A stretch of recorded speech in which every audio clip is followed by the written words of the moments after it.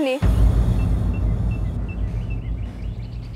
কি কাকে চাই না বলে ঢুকে যাচ্ছে? আগে আগে গিন্নিমার কাছে যাচ্ছিলাম তেনার সেবা করতে। সেবা করতে? সেবা? সেবা মানে কাজের লোক, কুক কুক। আরে কালকে যে মা জনার্দন কাকাকে বলিনি একটা ভালো কুক খুঁজে নিয়ে আসছে, ওটাই হবে। তো কাজের লোক সেটা বললেই হয়, কি করতে করতে বলছে? যাবে ধরে যাও। আগে আগে আগে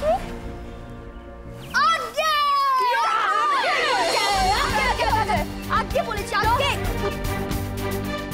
তোমরা ঠিকই ধরেছো কুকুমুনিরা, আমি কাজের লোক, আমি খুব কাজের লোক। গিন্নিমার কানে এখন সব থেকে বেশি কাজের খবর কানা তুলি দেব আমি। সুঁচই ঢুকবো আর ফাল হয়ে বেরোবো।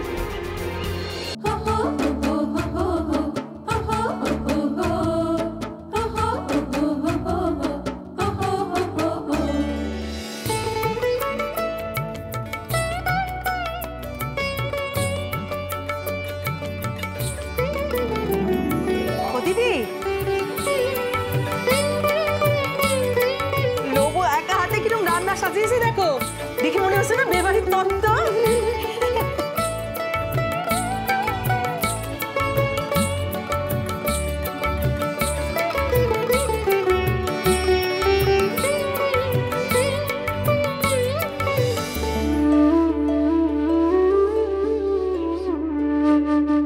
কথায় বলে যে শুধু রাত দিই নয়, এমন করে পরিবেশন করতে হয় যেন দেখি লোকের অর্ধেক পেট ভরে যায়। বড় বউ, বড়দা এসে গেছে। বড় বউ, আরে বড়দা তুমি এসে গেছো? আমাদের ওইদিকে রান্না বাড়া সাজানো গোছানো সব শেষ। ফেলে দাও, সব ফেলে দাও বড় বউ, ফেলে দাও। এই বড়দা কি বলছিস? এই বড়দা, এই বড়দা কি বলছো?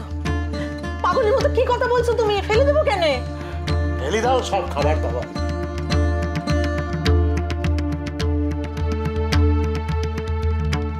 লবু মারে, তুই তো কত কিছু রান্না করতে পারিস, কত কিছু পারিস। ওই কি বলে চাইনিজ নাকি জাপানি, ওইসব খাবার দাবার পারিস, রান্না করতে পারিস? পারিস পারিস ওইসব পারিস? ও ছাড়া যে বড় বাড়ির বউটান কিছু মুখে তুলবেন নে। কি হবে এসব? দেখ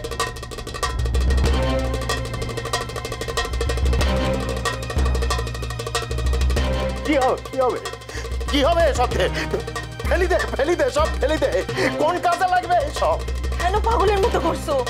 কেন ফেলে দেবার কথা বলছো? কি বললে বাবা তুমি? চাইনিজ?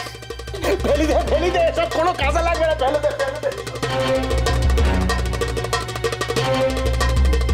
বাবা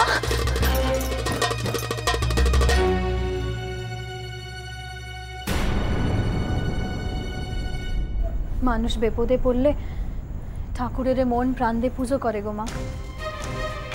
সেই পুজোয় ফল ফুল নৈবেদ্য তার যত সর্বস্ব দিয়ে মানুষ ঠাকুরের তুষ্ট করার চেষ্টা করে।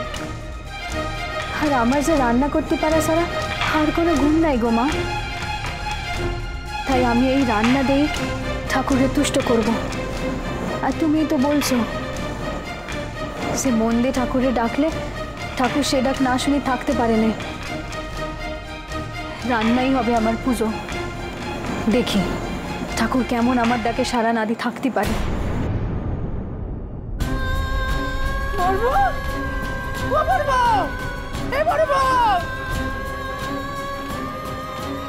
বেরো বেরো এখান থেকে, বেরো। জনার্দন, জনার্দন একটা কেয়ার থেকে নেই, একটা দারোয়ান নেই, কি ভেবেছে কি ওয়ার্থলেস একটা লোক। যেই দেখেছে বড় বাড়ির লোক এসছে ভিখারির মতো হাত পেতে এসছো ভিক্ষে করতে, তাই না? এই জনার্দন একে 500 টাকা দিয়ে বিদায় করো এখান থেকে। আমার কথাটা শোনেন, আমি আপনার কাছে টাকা চাইতে আসিনি গিন্নিমা। আমার আপনার সাথে কথা ছিল। আমার কথা না শুনলে কিন্তু আপনারই ক্ষতি। কি বলে তুমি? আমার ক্ষতি? ইন্দ্রাণী সেন শর্মার ক্ষতি? আর তোমার এত বড় সাহস, তুমি আমার বেডরুম পর্যন্ত চলে গিয়েছিলে। বেরো বেরো এখান থেকে। আপনি আমাকে এমন করে খেদাচ্ছেন গিন্নিমা। এখনই তো লবর গোষ্ঠী তুই সকলকে নিয়ে এখানে চলে আসবে। শোনো, আমার বাড়িতে কে আসবে না আসবে সেটা আমার ব্যাপার, তোমার নয়। বেরিয়ে যাও এখান থেকে। সত্যি আপনারা এত লেখাপড়া জানা লোক হয়ে কি করে যাই লবঙ্গর মধ্যে মেয়েরে ছেলের বউ করতেছেন আমি বুঝি নে। শোনেন গিন্নিমা, ওই লবঙ্গ স্বভাব চরিত্র কিন্তু মোটেও ভালো নয়। দিন রাত্রি গ্রামের ছেলে ছোকরাদের সাথে ঘুরে বেড়ায়, এমনকি বিবাহিত ছেলেদেরও ছাড়ে না।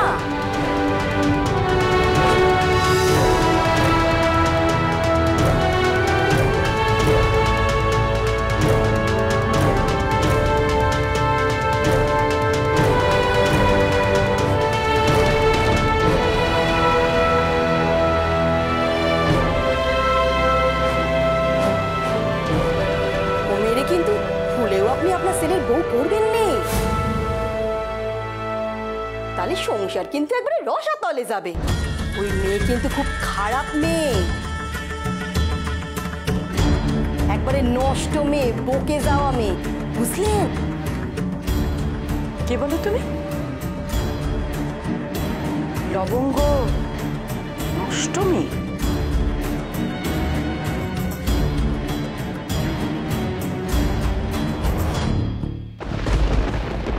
কি বলছো পরিষ্কার করে বলো, কি হলো?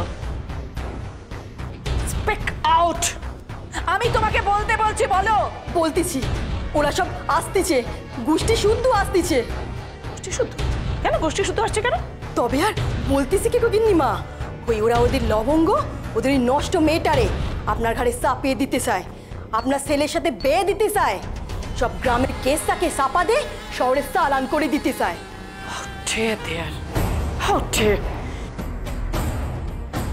গ্রামের সব অশিক্ষিত ছোট লোকজন। ওই মেয়ের চরিত্রের ঠিক নেই গো গিন্নিমা, তাই আপনারা এসেন শুনে আমি ভাবলাম যাই গিয়ে একটু সাবধান করে দিয়ে আসি। ভালো মানুষদের এত বড় ক্ষতি হতে দিলে ভগবান যে আমাদের মাফ করবেনি গো।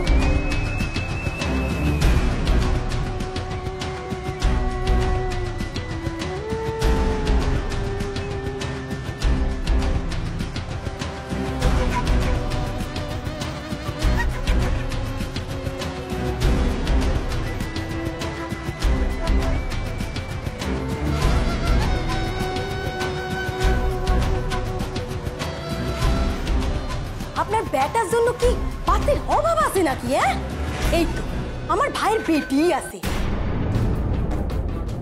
যেমন লক্ষ্মী ঠাকুরের মতো রূপ তেমন গুণ। যদি বলেন তো তাহলে একবার shut up. Just shut up.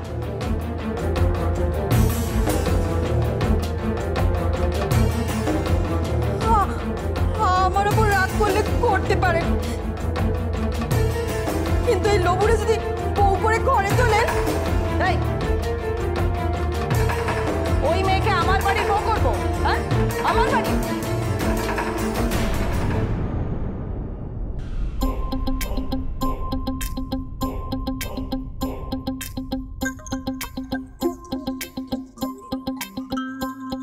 আপনাদের বুঝি গাড়ি খারাপ হয়ে গেছে?